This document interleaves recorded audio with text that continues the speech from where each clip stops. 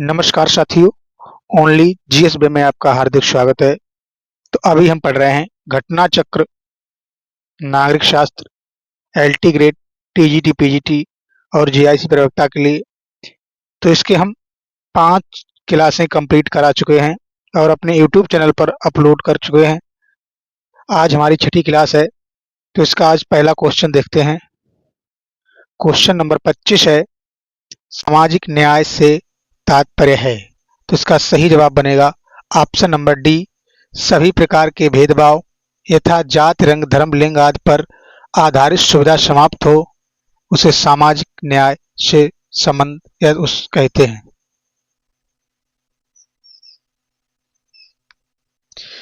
प्रश्न नंबर 26 है, अंबेडकर के सामाजिक व राजनीतिक दर्शन का सर्वाधिक महत्वपूर्ण पहलू क्या है? तो इसका सही जवाब बनेगा ऑप्शन नंबर डी, सामाजिक न्याय।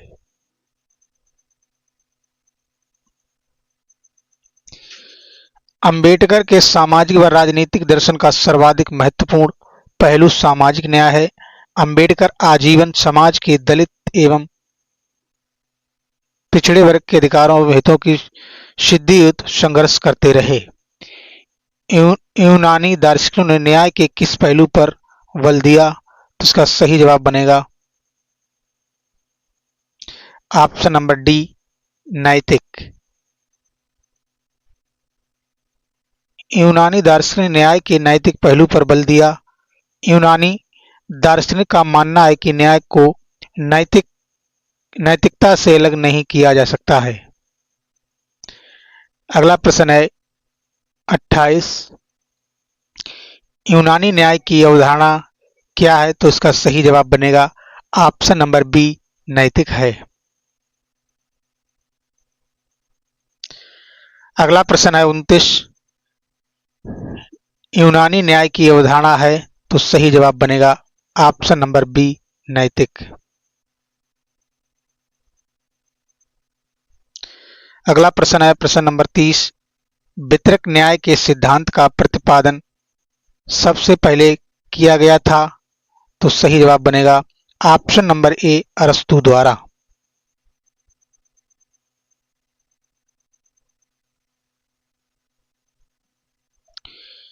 वितरक न्याय या वितरण न्याय, डिस्ट्रीब्यूटिव जस्टिस का प्रतिपादन सर्वप्रथम अरस्तु द्वारा किया गया था।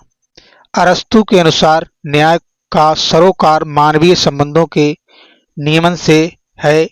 ये 2 प्रकार के न्याय हैं, वितरण न्याय, प्रतिवर्ती न्याय या परिशोधनात्मक न्याय या प्रतिकारात्मक न्याय।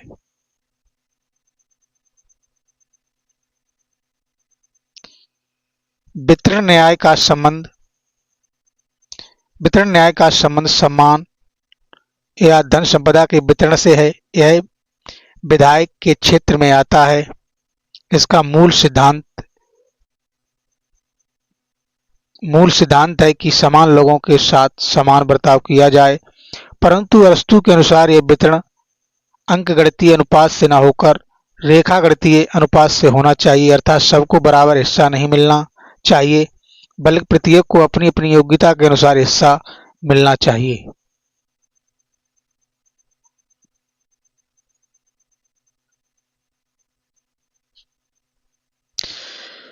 अगला प्रश्न है 31, सूची 1 को सूची 2 से सुमेलित कीजिए और सही उत्तर का चयन कीजिए। तो आइए इसका सही मिलान देखते हैं।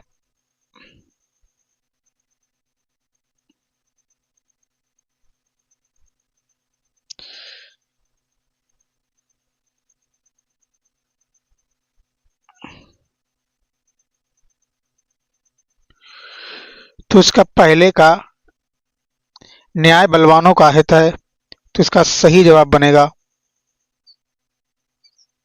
दूसरा, व्यक्ति द्वारा अपनी प्रकृति के अनुरूप तो ये अपने कार्यों का संपादन ही न्याय है, ये प्लेटो का कथन है।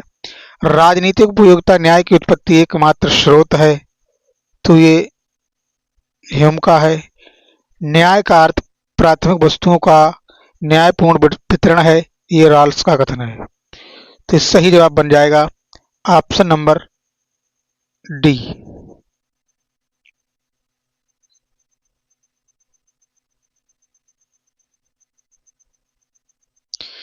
संसद और संविधान इसके उदाहरण हैं, तो सही जवाब बनेगा ऑप्शन नंबर ए, कानूनी न्याय की।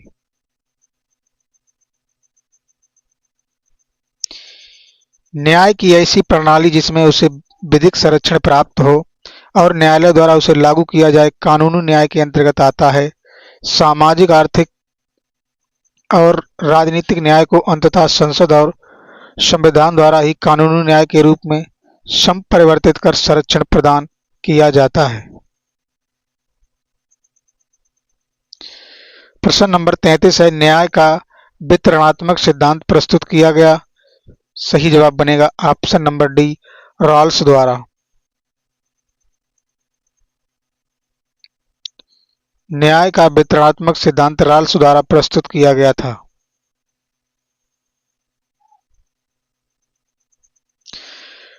प्रश्न नंबर 34 है, किसने न्याय को न्याय उचितता के रूप में घोषित किया है? तो इसका सही जवाब बनेगा option number A, John Rawls द्वारा।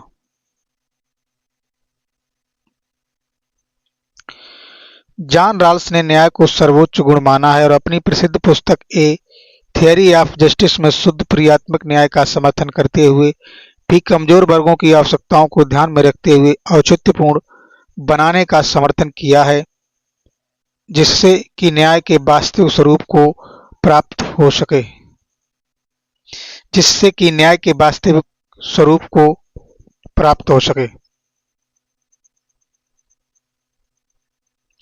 अगला प्रश्न है प्रश्न नंबर 35।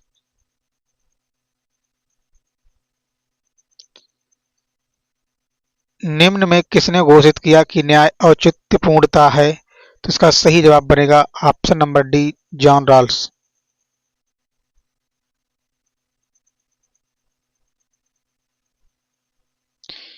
अगला प्रश्न है 36। न्याय आत्मा का गुण था और न्याय दुर्गुण किसने कहा था? तो इसका सही जवाब बनेगा ऑप्शन नंबर बी, प्लेटो।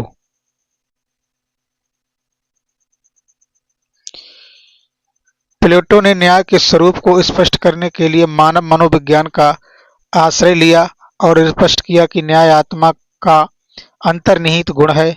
जब कोई व्यक्ति अपने स्वभाव के अनुकूल कार्य नहीं करता है, तब वह अन्याय की ओर प्रवृत्त होता है।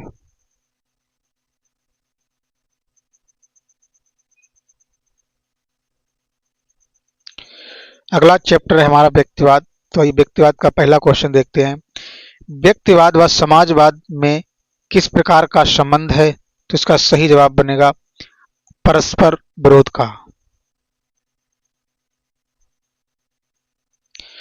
समाज व व्यक्तिवाद परस्पर विरोधी विचारधाराएं हैं। व्यक्तिवाद राज्य के हस्तक्षेप का समर्थन करता है जो पूंजीवादी को बढ़ावा देता है। पूंजीवाद के अंतर्गत उत्पादन, वितरण और विनिमय के प्रमुख साधन निजी स्वामित्व में रहते हैं। इसके विरोध में समाज का उदय हुआ है। समाजवाद के अनुसार समाज में उत्पादन, वितरण और विनिमय के प्रमुख साधनों पर सार्वजनिक स्वामित्व और नियंत्रण स्थापित होना चाहिए।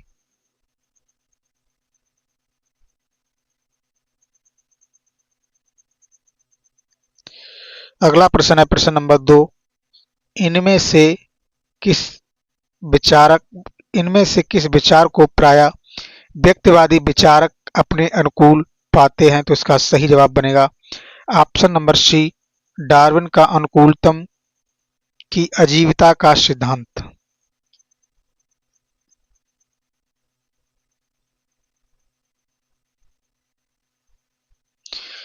व्यक्तिवादी विचारक डार्विन का अनुकूलतम की आजीविता का सिद्धांत को अपनी विचारधारा के अनुकूल पाते हैं।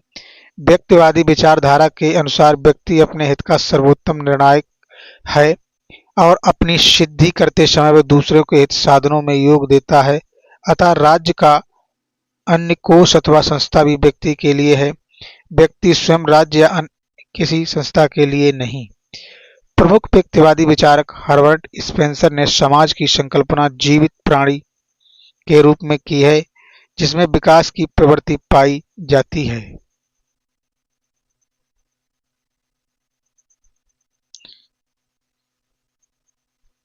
प्रश्न नंबर 3 है, राज्य एक आवश्यक बुराई है, यह कथन किस विचारधारा से संबंधित है? तो सही जवाब बनेगा ऑप्शन नंबर बी, व्यक्तिवाद।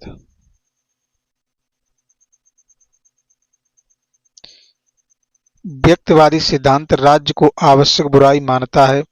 आवश्यक इसलिए कि केवल राज्य ही लोगों के जीवन, संपत्ति तथा स्वतंत्रता की रक्षा कर सकता है, तथा बुराई इसलिए कि राज्य के प्रत्येक कार्य का अर्थ है कि व्यक्ति की स्वतंत्रता में कटौती करना। व्यक्तिवाद व्यक्ति और उसकी स्वतंत्रता को अपने चिंतन में केंद्रीय स्थान देता है। एडम स्मिथ, हेक, स्पेंसर प्रमुख व्यक्तिवादी विचारक हैं। अराजकतावादी राज्य को अनावश्यक बुराई मानते हैं। सर्वाधिकारवादी राज्य को गौरवान्वित तथा महामंडित करते हैं। प्रश्न नंबर 4 है, राज्य एक आवश्यक बुराई है, ये मानते हैं। तो इसका सही जवाब बनेगा ऑप्शन नंबर व्यक्तिवादी।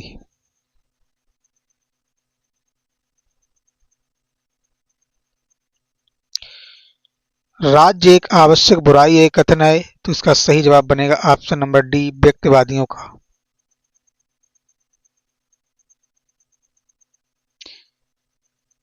निम्नलिखित में कौन सा राज्य को आवश्यक बुराई मानते हैं? तो सही जवाब बनेगा ऑप्शन नंबर ए, व्यक्तिवादी।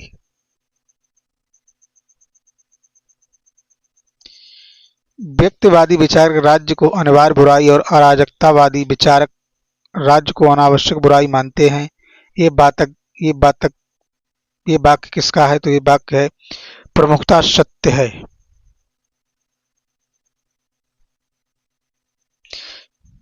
ये वक्तव्य प्रमुखता सत्य है।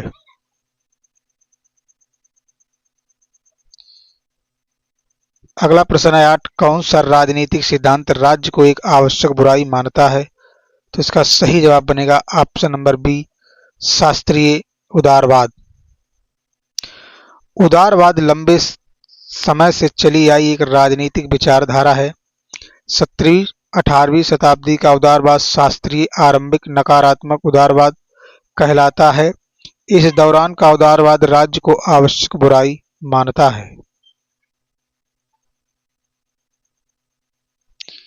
अगला प्रश्न है 9, निम्न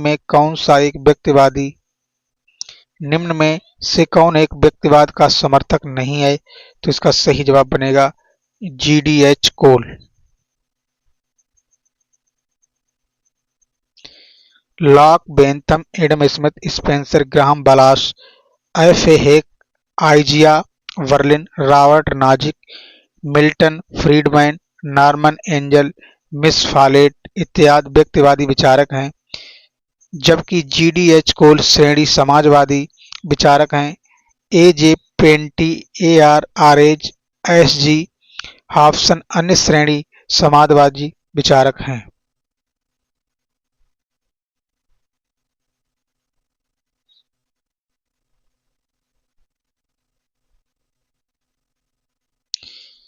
वैज्ञानिक व्यक्तिवाद की अवधारणा को किसने विकसित किया है? तो इसका सही जवाब बनेगा ऑप्शन नंबर डी, स्पेंसर।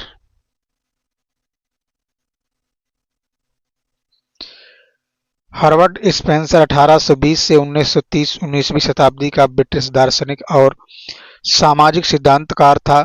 इसने वैज्ञानिक आधार पर व्यक्तिवाद को स्थापित किया। स्पेंसर के चिंतन को सामाजिक डार्विनवाद की प्रमुख अभिव्यक्ति माना जाता है। इसलिए प्राकृतिक वैज्ञानिकों के नियमों को सामाजिक विज्ञान के क्षेत्र में लागू किया गया। इसने प्राकृतिक चयन के नियम को सामाजिक प्रगति की प्रक्रिया पर लागू करते हुए यह तर्क दिया कि कम योग्य व्यक्तियों को अधिक योग्य व्यक्तियों के हित में बलिदान कर देना चाहिए। राज्य को अयोग्य व्यक्ति को संरक्षण देने की आवश्यकता नहीं है।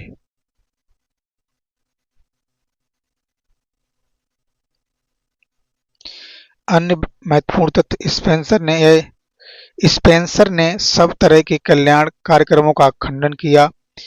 इसने मताधिकार के विस्तार का विरोध किया। स्पेंसर ने आशा व्यक्त की कि कालांतर में बाजार समाज को इतना विनियमित कर देगा कि राज्य का अस्तित्व निरर्थक हो जाएगा। इसकी प्रमुख कृति social static principle of sociology तथा मन वर्सेस स्टेट है, मैन वर्सेस स्टेट है।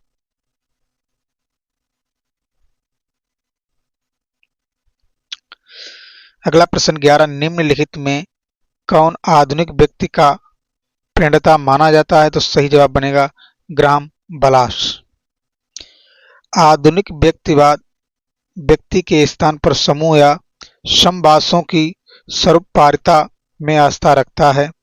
आधुनिक व्यक्तिवाद सत्ता के विकेंद्रीकरण और राज्य की शक्तियां एवं कार्य क्षेत्र में नियंत्रण का पक्षधर है। Graham Wallas, Norman Angell, Belloc तथा मिस फॉलेट आधुनिक व्यक्तिवाद के प्रमुख समर्थक हैं। इनकी कृतियां Graham Wallas great society, Norman Angell the great illusion और Belloc the survival state, Miss Follett the new state.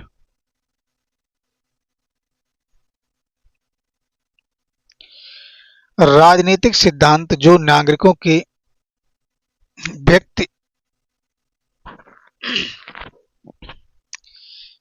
राजनीतिक सिद्धांत जो नागरिकों के व्यक्तिगत जीवन के न्यूनतम हस्तक्षेप करें उसे क्या कहते हैं? तो उसे सही जवाब बनेगा व्यक्तिवाद।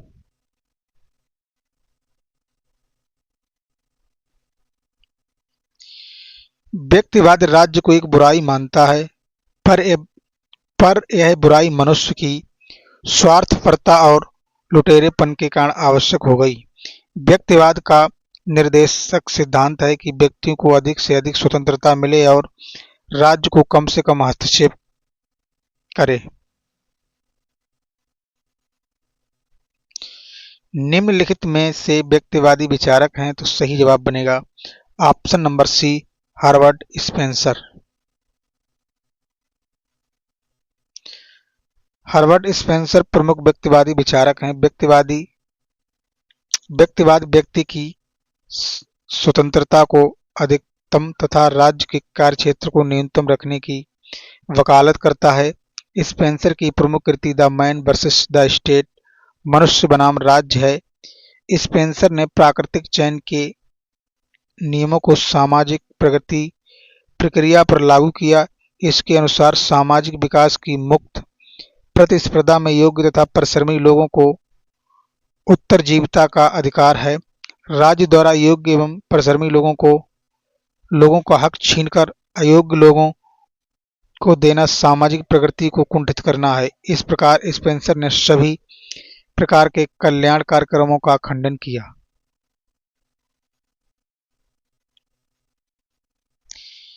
योग्यता की अतिजीविता का सिद्धांत किसके द्वारा प्रतिपादित किया? तो इसका सही जवाब बनेगा option number B, Harvard Spencer.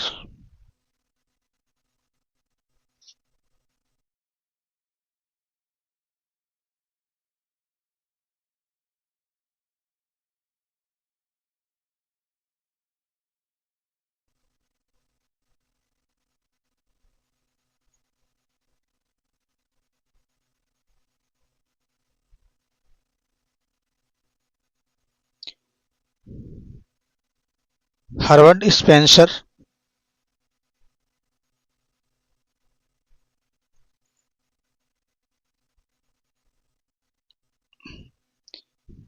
Harvard Spencer 19वीं शताब्दी के ब्रिटिश दार्शनिक और सिद्धांतकार हैं।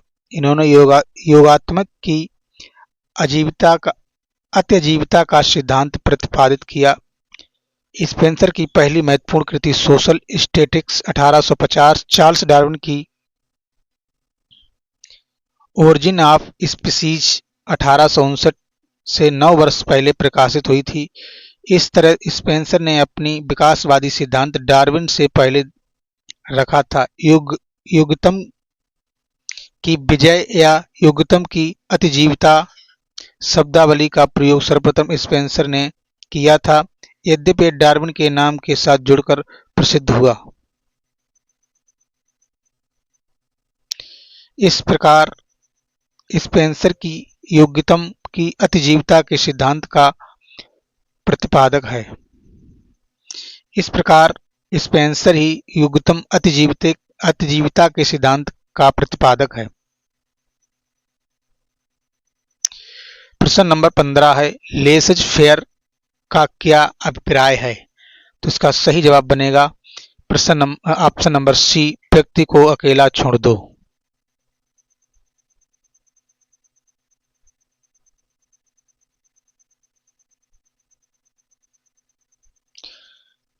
आम तौर पर समझा जाता है कि यह पद 18वीं शताब्दी में फ्रांस के एक व्यक्ति GCM विसेट द गोरने की देन है कि व्यापार पर लगी अनेक पाबंदियों से तंग आकर एक दिन उनके मुंह से लेसज फेयर अर्थात चीजों को अपने हाल पर छोड़ दो निकल पड़ा। व्यक्तिवादियों ने राज्य के हस्तक्षेप से बचने के लिए व्यक्ति को अकेला छोड़ दो के रूप में इसका प्रयोग किया।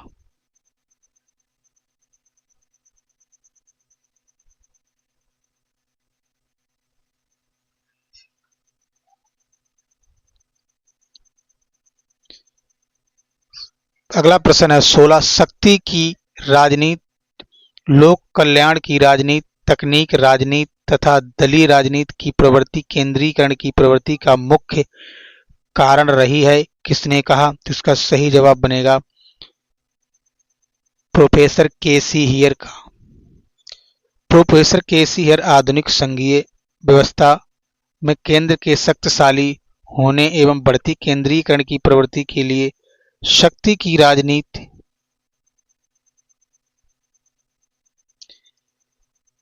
आर्थिक मंदी की राजनीति, लोक कल्याण की राजनीति, तकनीक की राजनीति एवं दलीय राजनीति को मुख्य कारण माना है। अगला प्रश्न है 17, राजनीति विज्ञान शक्ति की संरचना और भागीदारी का अध्ययन है, तो ये किसने कहा है? तो सही जवाब बनेगा ऑप्शन नंबर बी, लासवेल व काप्लान का।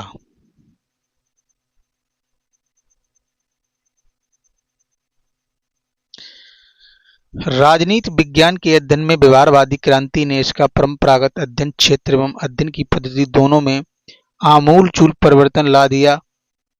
इसकी परंपरागत धारणा में राज्य सरकार एवं संस्थाओं का अध्ययन किया जाता था, लेकिन व्यवहारवादी विचारक शक्ति एवं सत्ता एवं प्रभाव के अध्ययन को केंद्र मानते हैं। ऐसे विचारक में लासवेल, डहेल, कैप्लान आदि के नाम उल्लेखनीय हैं। लासवेल ने राजनीति शास्त्र की परिभाषा करते हुए लिखा कि यह शक्ति में सहयोगी होने और इसका निरूपण रचना करने का अध्ययन है। इसके अनुसार राजनीति क्रिया वह है जो शक्ति के परिप्रेक्ष्य में संपादित की जाए। अगला प्रश्न है प्रश्न नंबर 18, शक्ति विनिश्चयों के निर्माण में सहभागिता है, शक्ति की यह परिभाषा किसने दी? तो सही जवाब बनेगा ऑप्शन नंबर ए, लासवेल। लासवेल ने अपनी पुस्तक पावर एंड सोसाइटी में शक्ति को परिभाषित करते हुए लिखा है कि निर्णय निर्माण में महत्वपूर्ण भूमिका निभाती है। अगला प्रश्न है प्रश्न नंबर 19, किसने राजनीति शास्त्र को शक्ति के निर्माण एवं साझेदारी के अध्ययन के रूप में परिभाषित किया है? तो सही जवाब बनेगा option number D, Herald Lasswell तथा अब्राहम कैप्लन। प्रश्न नंबर 20 है, निम्नलिखित में से किसने इस विचार का समर्थन किया कि राजनीतिक शक्ति की अवधारणा राजनीति के अध्ययन की आधारभूत अवधारणा है? तो इसका सही जवाब बनेगा ऑप्शन नंबर बी, अलेन वॉल। उपर्युक्त प्रश्न में पूछा कथन एलन वॉल का है, जिसमें उन्होंने कहा था कि राजनीति शक्ति की अवधारणा राजनीति के अध्ययन की आधारभूत अवधारणा है। अगला प्रश्न है प्रश्न नंबर 21, आधुनिक राजनीतिक विचारक में प्रक्रिया की संकल्पना किसने दी थी? तो इसका सही जवाब बनेगा option number D, Arthur Bentley. आधुनिक राजनीति विज्ञान में प्रक्रिया की संकल्पना आर्थर बेंटले ने अपनी पुस्तक द प्रोसेस ऑफ गवर्नमेंट नामक पुस्तक में सुव्यवस्थित रूप से प्रस्तुत की। बेंटले परंपरागत राजनीति विज्ञान का कड़ा आलोचक था। वह इसे बंजर और औपचारिकतापूर्ण, प्रॉपहीन, बंधिया और स्थैतिक मानता था, क्योंकि उसमें प्रक्रिया के अध्ययन पर पर्याप्त जोर नहीं दिया था। वेंटले के प्रयास से प्रक्रिया के अध्ययन को व्यवहारवादी राजनीति विज्ञान अपना लिया गया। अब व्यवस्थापिका तथा न्याय प्रक्रिया, निर्णय निर्माण प्रक्रिया तथा राजनीतिक प्रक्रिया के अध्ययन पर विशेष बल दिया गया।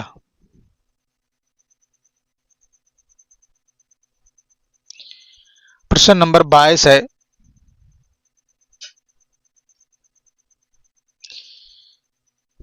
कैटलिन के अनुसार राजनीति विज्ञान का विषय क्षेत्र क्या है? तो इसका सही जवाब बनेगा ऑप्शन नंबर ए, शक्ति का अध्ययन ही राजनीति विज्ञान है।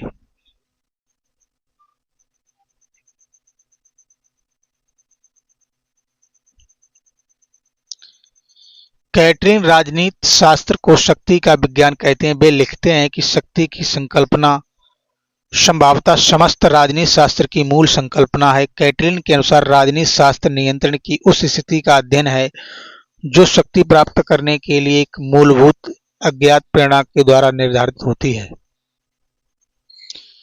प्रश्न नंबर 23 है, अरस्तु के अनुसार दास्ता है, तो इसका सही जवाब बनेगा ऑप्शन नंबर डी, प्राकृतिक और लाभप्रद। अरस्तु के अनुसार दास्ता प्राकृतिक है और यह स्वामी तथा दास दोनों पक्षों के लिए लाभकारी है। अरस्तु का मानना है कि प्रकृति ने मनुष्य को दो समूह में बांटा है। जिन आत्माओं में प्रकृति ने शासन और आदेश मानने का सिद्धांत जमाया है, वे प्राकृतिक दास तथा दूसरे मनुष्य स्वतंत्र होते हैं और शासक के रूप में पैदा होते हैं। उनमें बौद्धिक बल होता है, वे स्वामी होते हैं। इस तरह से बौद्धिक असामानता और शारीरिक क्षमता के आधार पर दास स्वामी का संबंध प्रारंभ हुआ। अन्य महत्वपूर्ण तथ्य, अरस्तु दास्ता के दो प्रकार, स्वाभाविक दास्ता तथा वैधानिक दास्ता बताते हैं। अरस्तु दासों को सजीव एवं पारिवारिक संपत्ति मानते हैं। अरस्तु के अनुसार निम्न में से कौन सा यथार्थवादी और व्यवहार राज्य है? तो इसका सही जवाब बनेगा ऑप्शन नंबर डी, राजतंत्र। अरस्तु ने शासन तंत्र को जो वर्गीकरण किया है उसमें पोलिटी राजतंत्र को श्रेष्ठ शासन प्रणाली माना है। यह प्रणाली यथार्थवादी और व्यवहारिक इसलिए है क्योंकि इसमें सभी वर्गों के दावों को स्वीकार कर क्रांति के अवसरों को कम किया गया है।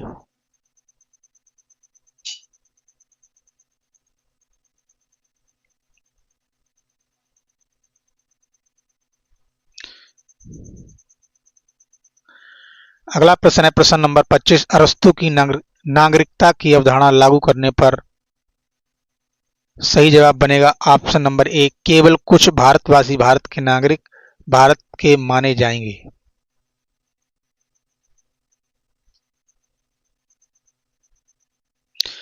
अरस्तु की नागरिकता की अवधारणा लागू करने पर केवल कुछ भारतवासी भारत के नागरिक भारत के माने जाएंगे, क्योंकि अरस्तु ने राज्य में निवास करते हुए नागरिकों न होने की 4 दशाएं बतलाई हैं, जो इस प्रकार हैं। नंबर 1, किसी राज्य में निवास करने से नागरिकता नहीं मिलती है, क्योंकि स्त्री, बच्चे, दास और विदेशियों को नागरिक नहीं माना जाता है।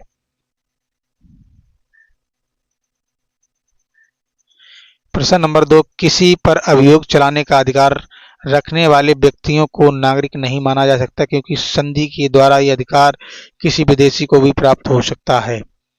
क्वेश्चन नंबर 4 है, उस व्यक्तियों को नागरिक नहीं माना जा सकता जिनके माता पिता दूसरे राज्य के नागरिक हों।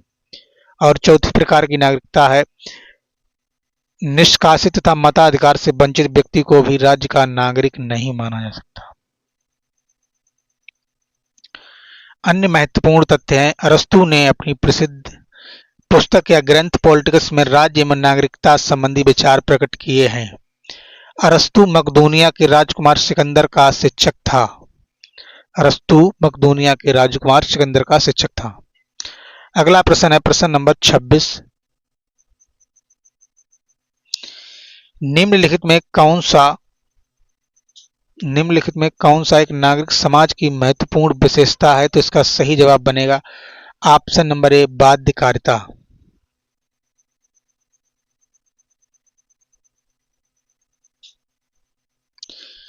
नागरिक समाज के संदर्भ में उदारवादी और मार्क्सवादी व्याख्या में अंतर है, फिर भी उसके बाध्यकारी स्वरूप को लेकर दोनों सहमत हैं। उदारवाद में नागरिक समाज की कानूनी संकल्पना को महत्वपूर्ण माना गया है, जिसमें सभी नागरिक कानून का पालन करते हुए मिलजुल कर रहते हैं। मार्क्सवाद नागरिक समाज की संरचना पर बल देते हैं, जिसके माध्यम से एक वर्ग दूसरे वर्ग पर प्रभुत्व स्थापित कर शासन को वैध मानते हैं। प्रश्न नंबर 27 है, राजनीतिक विज्ञान में व्यवहारवाद एक प्रवृत्ति थी जिसने, तो इसका सही जवाब बनेगा ऑप्शन नंबर ए, राजनीति विज्ञान को मानव प्रकृति पर आधारित किया गया।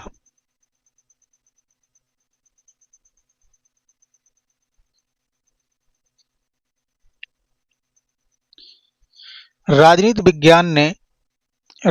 विज्ञान में उदारवाद आंदोलन के रूप में 20वीं सदी में उभरा, जिसका मुख्य ध्येय मनुष्य के राजनीतिक व्यवहार को अध्ययन का केंद्र बिंदु माना था, जिससे यह तथ्य प्राप्त हो सके कि विभिन्न परिस्थितियों में मनुष्य किस प्रकार का व्यवहार करता है। इस प्रकार व्यवहारवाद राजनीति विज्ञान को मानव प्रकृति आधारित किया गया। व्यवहारवाद राजनीति को वैज्ञानिक दृष्टिकोण देने के लिए इस मूल्य निरपेक्ष बनाया। इसके अध्ययन में वैज्ञानिक प्रविधियों का प्रयोग किया गया। इसका उद्देश्य राजनीति विज्ञान को प्राकृतिक विज्ञान जैसा बनाना था, न कि राजनीति विज्ञान को प्राकृतिक विज्ञान में बदलना था। अतः विकल्प ए सही है। प्रश्न नंबर 28, व्यवहारवाद की एक महत्वपूर्ण विशेषता है, तो इसका सही जवाब बनेगा ऑप्शन नंबर सी, अंतर अनुशासनात्मक दृष्टिकोण। व्यवहारवाद को वैज्ञानिकता के सांचे में ढालने के लिए अंतर अनुशासनात्मक दृष्टिकोण का उपयोग किया गया। इस दृष्टिकोण के अंतर्गत राजनीति विज्ञान को विभिन्न विषयों से संबंध कर अध्ययन पर बल दिया जाता है। अगला प्रश्न नंबर 29 है, व्यवहार परक राजनीति विज्ञान का जनक माना जाता है, तो इसका सही जवाब बनेगा option number B, Charles Merriam को।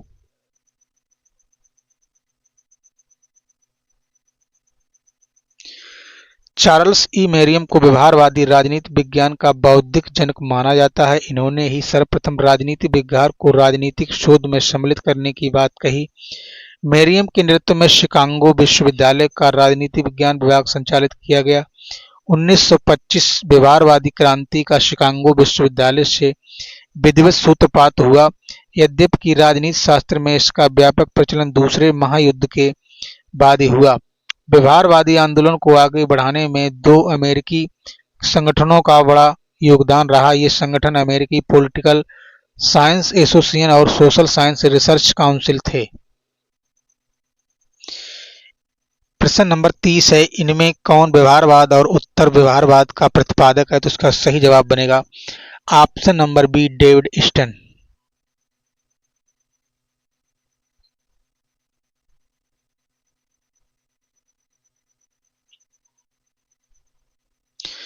व्यवहारवाद और उत्तर व्यवहार दोनों ही अवधारणाओं में योगदान देने का श्रेय डेविड ईस्टन को है, जबकि वह उत्तर व्यवहारवाद का प्रतिपादक भी है। व्यवहारवाद को प्रतिपादित करने का श्रेय मेरियम एवं उनके सहयोगी को दिया जाता है।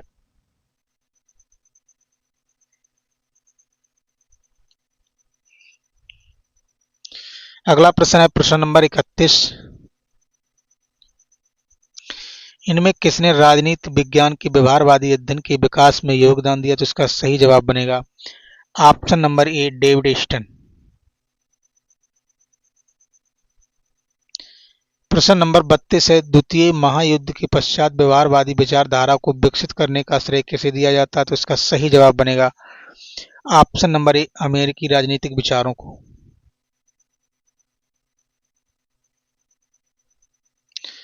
द्वितीय विश्व युद्ध के पश्चात चार्ल्स मेरियम के नेतृत्व में अमेरिकी राजनीतिक विचारों को व्यवहारवादी विचारक को विकसित करने का श्रेय जाता है। अगला प्रश्न है प्रश्न नंबर 33, निम्नलिखित में कौन व्यवहारवाद का समर्थक है? तो इसका सही जवाब बनेगा डेविड ईस्टन।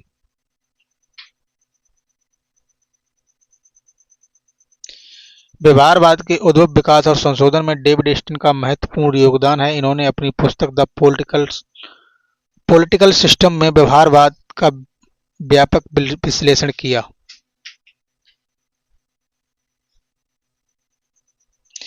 अगला प्रश्न है प्रश्न नंबर 34। व्यवहारवादी उपागम का जन्म 1940 के दशक में कहां हुआ? तो इसका सही जवाब बनेगा ऑप्शन नंबर ए, अमेरिका।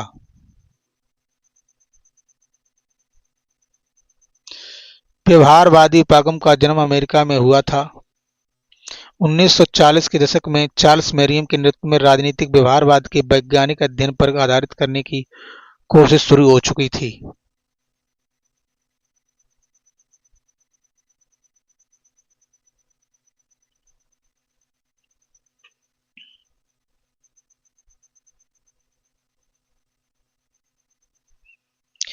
अगला प्रश्न है प्रश्न नंबर 35। निम्नलिखित में से किस व्यवहारवादी विचारक ने अपने चिंतन में मानवीय स्वतंत्रता एवं प्रतिष्ठा को इरादों, प्रयोजन और प्रेरणा से जोड़ा है? तो इसका सही जवाब बनेगा बीएफ स्किनर। प्रसिद्ध व्यवहारवादी विचारक बीएफ स्किनर ने अपने चिंतन में मानवीय स्वतंत्रता, प्रतिष्ठा को इरादों, प्रयोजन और प्रेरणा से जोड़ा है। प्रश्न नंबर 36 है। उत्तर व्यवहारवाद का आधारभूत लक्षण नहीं है, तो इसका सही जवाब बनेगा ऑप्शन नंबर डी, सामाजिक रूढ़वादिता की विचारधारा। उत्तर व्यवहारवाद ने व्यवहारवाद की तीव्र आलोचना अवश्य की, परंतु उसने परंपरावाद को फिर से स्थापित करने का समर्थन नहीं किया। इसलिए सामाजिक रूढ़वादिता की विचारधारा उत्तर व्यवहारवाद का लक्षण नहीं है। प्रश्न नंबर 37 है। उत्तर व्यवहारवाद की सर्वोत्तम व्याख्या की जा सकती है, तो इसका सही जवाब बनेगा ऑप्शन नंबर डी, संरचनात्मक प्राकारवादी दृष्टिकोण के अग्रदूत के रूप में।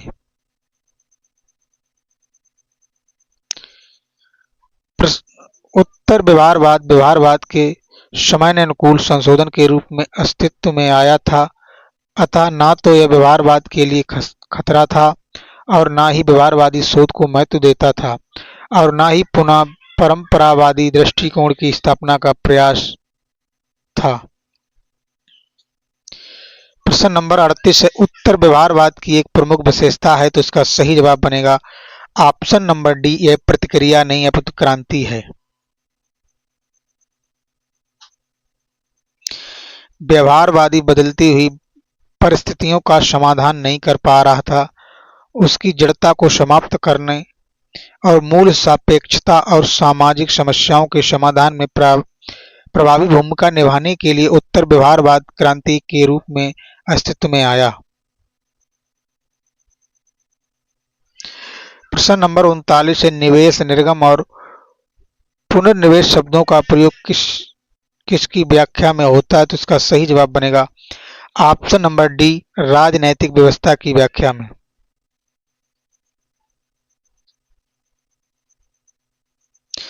निवेश, निर्गम और पुनर्निवेश शब्दों का प्रयोग राजनीतिक व्यवस्था की व्याख्या करने हेतु होता है। राजनीतिक प्रणाली की संकल्पना आधुनिक राजनीतिक विश्लेषण की देन है। अन्य महत्वपूर्ण तथ्य, किसी भी पर्यावरण में जिस ढांचे के अंतर्गत कोई विश्लेषण प्रक्रिया संपन्न नहीं होती उसे प्रणाली कहा जाता है। डेविड ईस्टन ने अपनी नई कृति ए फ्रेमवर्क कार पॉलिटिकल एनालिसिस, राजनीतिक विश्लेषण का ढांचा 1965 में राजनीतिक प्रणाली का वर्णन किया है।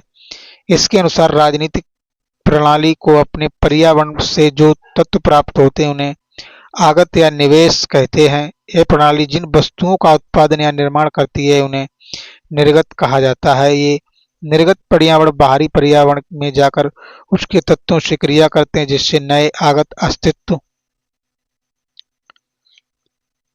अस्तित्व में जाते हैं और ये आगत पुनर्निवेश के माध्यम से राजनीतिक प्रणाली में वापस चले जाते हैं।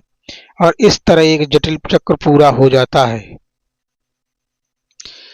प्रश्न नंबर 40 है, व्यवहारवाद प्रेरणा प्रेरणा लेता है, तो इसका सही जवाब बनेगा ऑप्शन नंबर बी, प्रत्यक्षवाद से।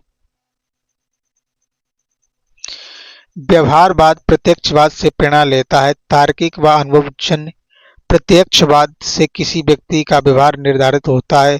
प्रत्यक्षवाद वह सिद्धांत है जो केवल वैज्ञानिक पद्धति साइंटिफिक मेथड से प्राप्त होता है। वैज्ञानिक पद्धति से प्राप्त ज्ञान को उपयुक्त, विश्वास और प्रामाणिक मानता है। प्रत्यक्षवाद के समर्थक ये मांग करते हैं कि सामाजिक विज्ञानकों की सामग्री को प्रामाणिक रूप देने के लिए उसे प्राकृतिक विज्ञान की पद्धति के अनुरूप डालना जरूरी है। इसलिए व्यवहारवादी तार्किक प्रत्यक्षवाद से विशेष रूप से प्रभावित थे।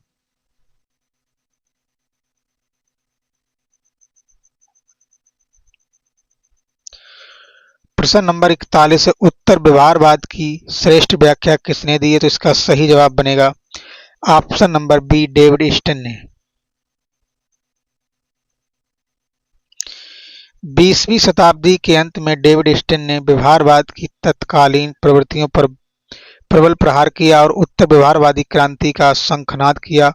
उत्तर व्यवहारवादी की दो प्रमुख मांगें थीं, प्रासंगिकता रिलीवेंस और कार्रवाई एक्शन। प्रश्न नंबर 42 है, उत्तर व्यवहारवाद वास्तव में एक क्रांति है जिसका श्रेय जाता है, तो इसका सही जवाब बनेगा option number D, David Easton को।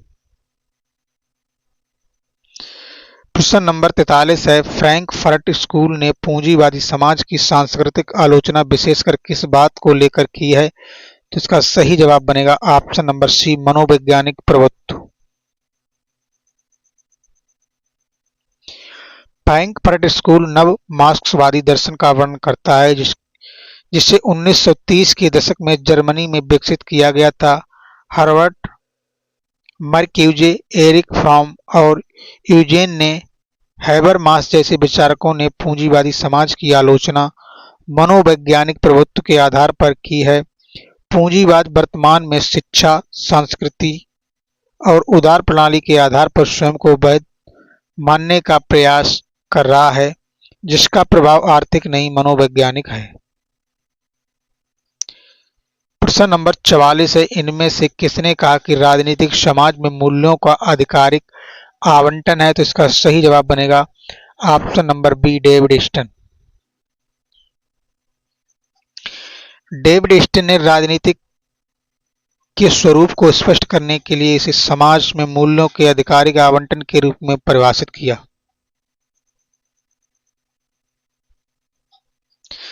निम्नलिखित में से कौन सा समाज कल्याण की सही संरचना है, तो इसका सही जवाब बनेगा ऑप्शन नंबर सी, व्यक्ति लोक कल्याण के विरुद्ध किसी अधिकार का उपयोग नहीं कर सकता।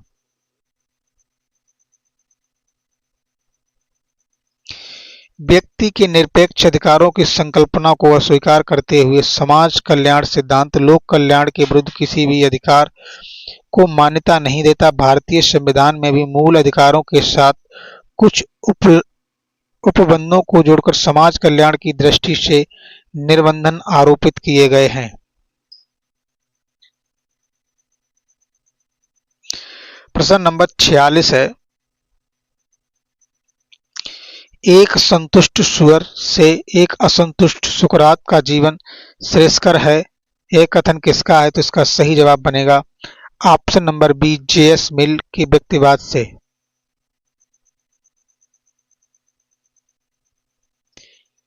जे.एस. मिल ने विभिन्न सुखों में गुणात्मक अंतर को स्पष्ट करने के लिए इस प्रसिद्ध कथन का उल्लेख किया था। प्रश्न नंबर 47 है, किसका विश्वास था कि व्यक्ति अपने पिता की मृत्यु को भूल सकता है परंतु उसकी संपत्ति की हानि को नहीं भूल सकता, तो इसका सही जवाब बनेगा ऑप्शन नंबर ए, मैकियावेली। मैकियावेली ने अपनी प्रसिद्ध पुस्तक प्रिंस में शासक को किसी भी किसी भी नागरिक की संपत्ति छीनने का स्पष्ट विरोध किया। उपयुक्त कथन इस संदर्भ में है।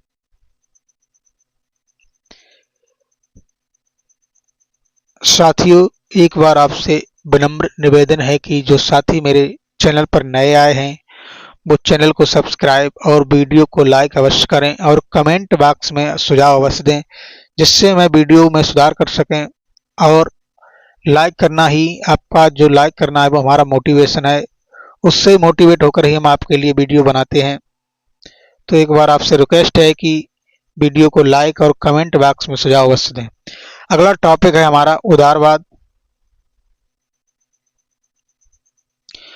उदारवाद निश्चित दर्शन बना है तो इसका सही जवाब बनेगा 19वीं शताब्दी में।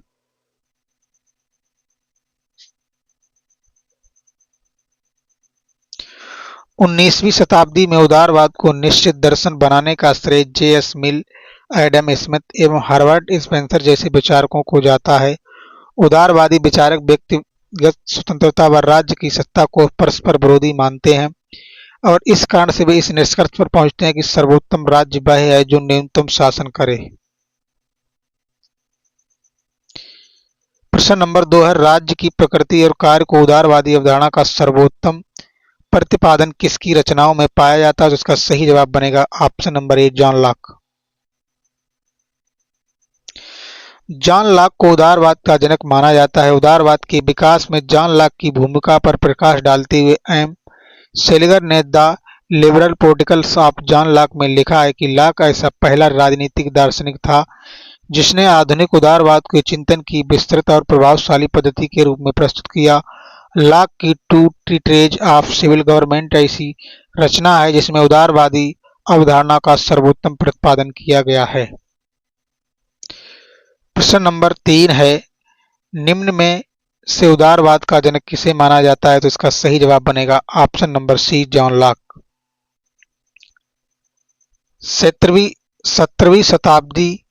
17वीं सदी के प्रसिद्ध राजनीतिक विचारक जॉन लॉक को उदारवाद का जनक माना जाता है। लॉक ने अपनी कृति टू ट्रीटाइजेस ऑफ सिविल गवर्नमेंट के अंतर्गत राज्य शक्ति के दैवीय अधिकार के सिद्धांत का खंडन किया तथा राज्य को न्याय कहा, जिसका लक्ष्य लोगों के प्राकृतिक अधिकारों का संरक्षण करना है। प्रश्न नंबर 4 है, इंग्लिश उदारवाद में समष्टिवादी विद्रोह के प्रणेता थे? तो सही जवाब बनेगा ऑप्शन नंबर डी, उपरोक्त सभी, ग्रीन, ब्रैडले, बोशांके। इंग्लिश उदारवादी परंपरा में आदर्शवादी को स्वीकार्य बनाने का कार्य ग्रीन, ब्रैडले और बोशांके ने किया था। यही नहीं मान लेना चाहिए कि इंग्लैंड में आदर्शवादी आंदोलन पूर्ण रूप से जर्मन आदर्शवाद की ही उपज था। ऑक्सफोर्ड के आदर्शवादियों को कांट और हीगल की अपेक्षा प्लेटो और अरस्तू से भी प्रेरणा मिली थी। इस आंदोलन ने अंग्रेज जनता के सामने विश्व के संबंध में एक आध्यात्मिक धारणा रखी, जिसके आधार पर ग्रीन व अन्य विचारकों ने राज्य के नैतिक जीवन के एक आदर्शवादी सिद्धांत की धारणा रखी।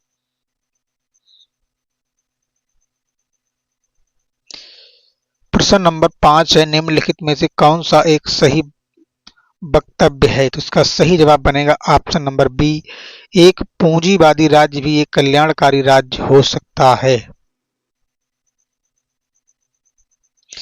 एक पूंजीवादी राज्य भी एक कल्याणकारी राज्य हो सकता है। सर्वप्रथम कल्याणकारी राज्य की अवधारणा ब्रिटेन जैसे पूंजीवादी राज्य में ही अस्तित्व में आई। वर्ष 1943 के बेवरीज रिपोर्ट में 5 महाबुराइयों अज्ञानता, अभाव, नशाखोरी, बीमारी और बेरोजगारी से निपटने के लिए राज्य की मुख्य भूमिका पर बल दिया गया।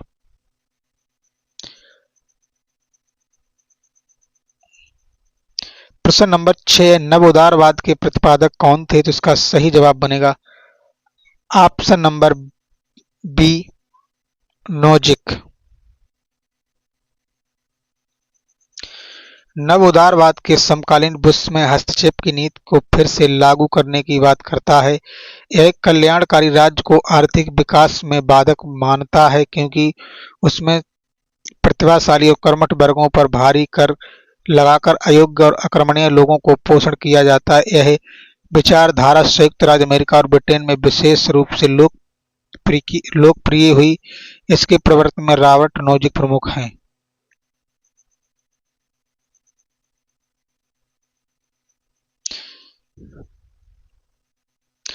प्रश्न नंबर 7 है, सूची 1 को सूची 2 से सम्मिलित करें तथा नीचे दिए गए कोड का प्रयोग कर सही उत्तर का चयन करें।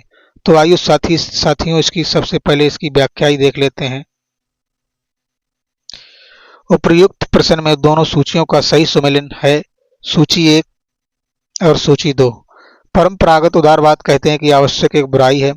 उदारवादी आदर्शवाद कहते हैं कि आवश्यक एक भलाई है। हीगलवादी आदर्शवाद नैतिकता व वैधता की अभिव्यक्ति की वकालत करते हैं, जबकि मार्क्सवाद उत्पीड़क संस्था की वकालत करता है।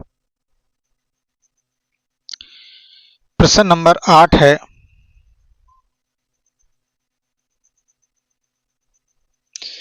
निम्न में कौन नव उदारवाद का प्रमुख तर्क नहीं है? तो इसका सही जवाब बनेगा ऑप्शन नंबर बी। वर्ण के पारस को मजबूत करने के लिए सक्षम कार्य संसाधन व्यक्तियों और समूह को प्रदान किए जाने चाहिए।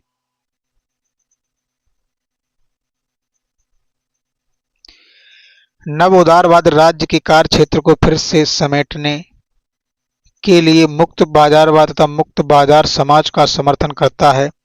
समकालीन विश्व में नव उदारवाद की प्रेरणा से 3 नीतियों को अपनाया जा रहा है: उदारीकरण, निजीकरण और भूमंडलीयकरण। उदारवाद एक बार फिर से हस्तक्षेप की नीति का समर्थन करता है तथा बाजार उन्मुख अर्थव्यवस्था की बात करता है। यह संसाधनों को बाजार के हवाले करने का पक्षधर है, न कि व्यक्तियों व समूह को।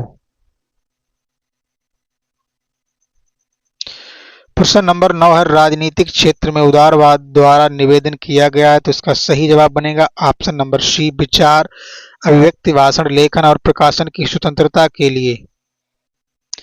अगला प्रश्न, आइए इसकी व्याख्या देखते हैं, फिर अगले प्रश्न पर चलते हैं। व्यक्तित्व के संपूर्ण विकास के लिए उदारवाद सामाजिक, आर्थिक एवं राजनीतिक क्षेत्र में प्रासंगिक स्वतंत्रताओं की मांग करता है। राजनीतिक क्षेत्र में विचार, अभिव्यक्ति, भाषण, लेखन और प्रकाशन की स्वतंत्रता को उदारवाद अपरिहार्य मानता है।